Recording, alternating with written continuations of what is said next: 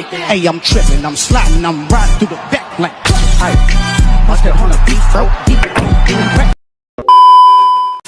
Assalamualaikum warahmatullahi wabarakatuh.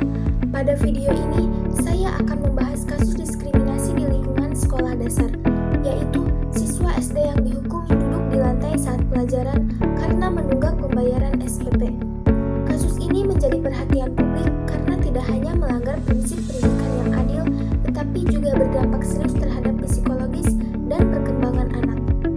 Berikut ini adalah cuplikan berita dari Kompas TV yang menjelaskan kronologi kasus tersebut.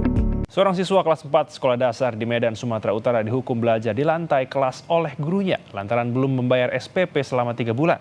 Hal ini membuat ibu dari siswa tersebut protes pada pihak sekolah. Gini loh Bu, dia disorain dari tadi di luar saya datang. Bu, ambil rapot Mesa duduk di bawah, dia nangis loh Bu. Dia nangis, mau pergi sekolah dia nangis. Mama, Mesa malu duduk di bawah.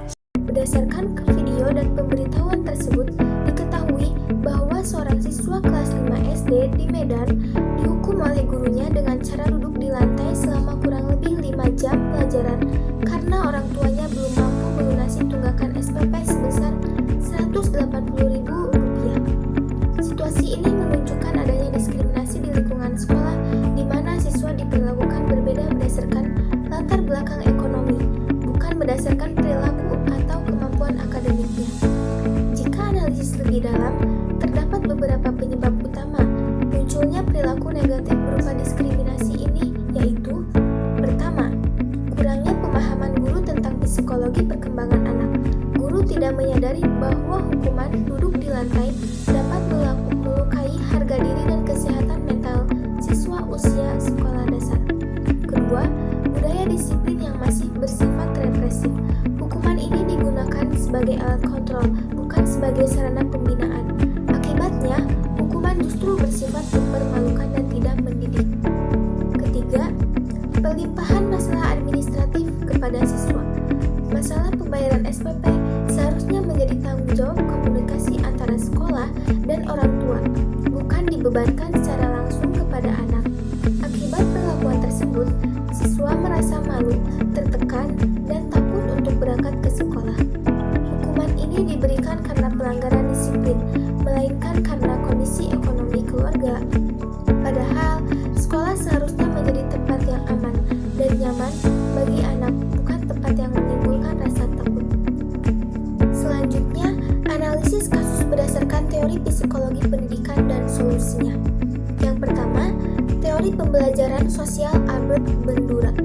Menurut Albert Bandura, anak belajar melalui proses observasi dan peniruan terhadap perilaku orang dewasa, khususnya guru sebagai figur otoritas di sekolah. Dalam kasus siswa SD yang dihukum duduk di lantai karena menunggak SPP, tindakan guru yang mempermalukan siswa dapat menjadi contoh negatif bagi siswa lain. Akibatnya, perilaku diskriminatif dianggap wajar dan budaya empati di kelas perlahan menghilang. Hal ini menunjukkan bahwa tindakan guru tidak hanya berdampak pada satu siswa, tetapi juga membentuk lingkungan belajar yang tidak sehat. Oleh karena itu, solusi berdasarkan teori Bandura adalah guru harus berperan sebagai role model positif. Guru perlu menghentikan hukuman yang bersifat mempermalukan karena perilaku tersebut mudah ditiru oleh siswa lain. Guru juga harus menunjukkan sikap empati adil dan menghargai martabat siswa agar perilaku positif tersebut dapat diteladani. Selain itu, sekolah perlu membangun budaya kelas yang inklusif dan memberikan penguatan positif berupa motivasi dan dukungan karena pendekatan ini lebih efektif dibanding hukuman sosial. Yang kedua, teori psikososial Erik Erikson. Menurut Erik Erikson, siswa sekolah dasar berada pada tahap industri versus inferiority, yaitu tahap perkembangan di mana anak berusaha membangun rasa percaya diri dan perasaan mampu. Ketika siswa dipaksa duduk di lantai dan diperlakukan berbeda dari teman-temannya, anak dapat merasa rendah diri, tidak berharga, dan kehilangan motivasi belajar. Jika kondisi ini berlangsung terus-menerus, anak berisiko mengalami masalah kepercayaan diri hingga dewasa.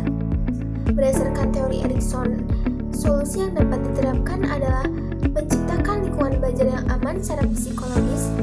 Guru Guru perlu memberikan kesempatan kepada siswa untuk berhasil dan berkembang tanpa rasa takut dipermalukan.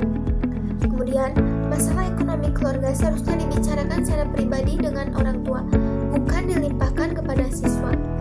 Sekolah juga perlu memberikan dukungan emosional agar anak merasa diterima, dihargai, dan mampu membangun rasa percaya diri secara sehat.